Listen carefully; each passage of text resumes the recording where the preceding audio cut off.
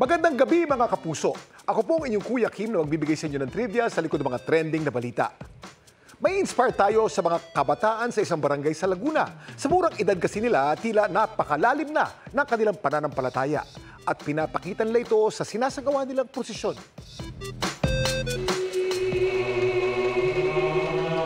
Ang malalim na pananampalataya ng mga bata sa barangay na ito sa Pangil, Laguna, pinapamalas sila sa prosesyong ito. Ang mga pinaparadang mga imahen nakasakay sa mga karu-karuhan o munting karo na sila mismo gumawa. Ito ang karu-karuhan procession sa Barangay Natividad. Ang nasa likod ng prosesyong ito, ang 14 anyos na si Kyle. Pero pa pong mas nauna sa akin yung pinsan ko po. Na-inspired po ako, nakyutan po ako kasi ang liit po, parang ako lang po nung dati nung bata. Gawa po siya sa kahoy. Ito pong latag na to, plywood. Yung mga gulong po namin, binibili lang po namin siya sa hardware. Ang hilig niyang ito, suportado ng kanyang tatay Dennis. Dati po din po ako naglilingkod sa simbahan. Sa akin po, todo suporta naman po ako kasi nakakahikayat pa po sila ng ibang kabataan. Mula nung nakaraang taon, linggo-linggo raw nagsasagawa ng karu-karuhan prosesyon ng kanilang grupo na ngayon meron ng mahigit 30 kasapi. Ginagawa lang po namin siya tuwing linggo. Pag po merong okasyon or kapistahan, hindi lang po yung linggong yun. Meron din pong special na prosesyon. Meron po kami page, then meron po masasabi na gusto din ng anak ko. Nakikita ko po na mas dadami pa po kami. Marami pong mga kabataang mas lalapit pa po sa Panginoon. Ang mga prosesyon, impluwensya sa atin ng mga Espanyol. Ginamit ito ng mga misyonero bilang bahagi, ebanghelisasyon o pagpapalaganap ng pananampalataya noon.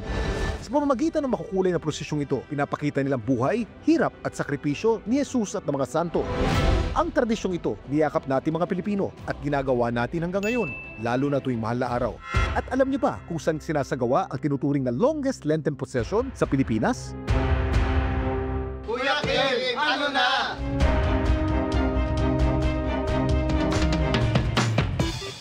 Ang prosesyon tuwing Biyernes Santo ng St. Augustine Parish Church sa Baliwag, Bulacan ang tinuturing na longest and grandest Lenten procession sa Pilipinas. Noong 2023, 150 karosa ang pinarada. 127 karosa naman ang nakilahok noong nakaraang taon. Ang mga karo malalim na nilalarawan ng iba't ibang santo at ang mga huling sandali ni Jesucristo bago ang kanyang muling pagkabuhay. Samantala, para malaman ang trivia sa likod ng viral na balita, i-post o i-comment lang #Kuya Kim. Ano na? Laging tandaan, kimportante ang may alam. Ako po si Kuya Kim at sagot ko kayo 24 oras.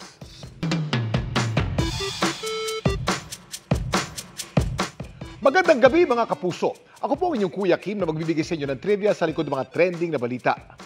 Ang pananampalataya ng mga residente ng isang bayan sa Laguna. Buhay na buhay. At makikita raw ito sa mga nililok nilang imahe na tila may sariling buhay. Gumagalaw-an nila ito na parang mga totoong tao. Ngayong Semana Santa, tuklasin natin ang daan-daang taon ng tradisyon ng mga Paiteño.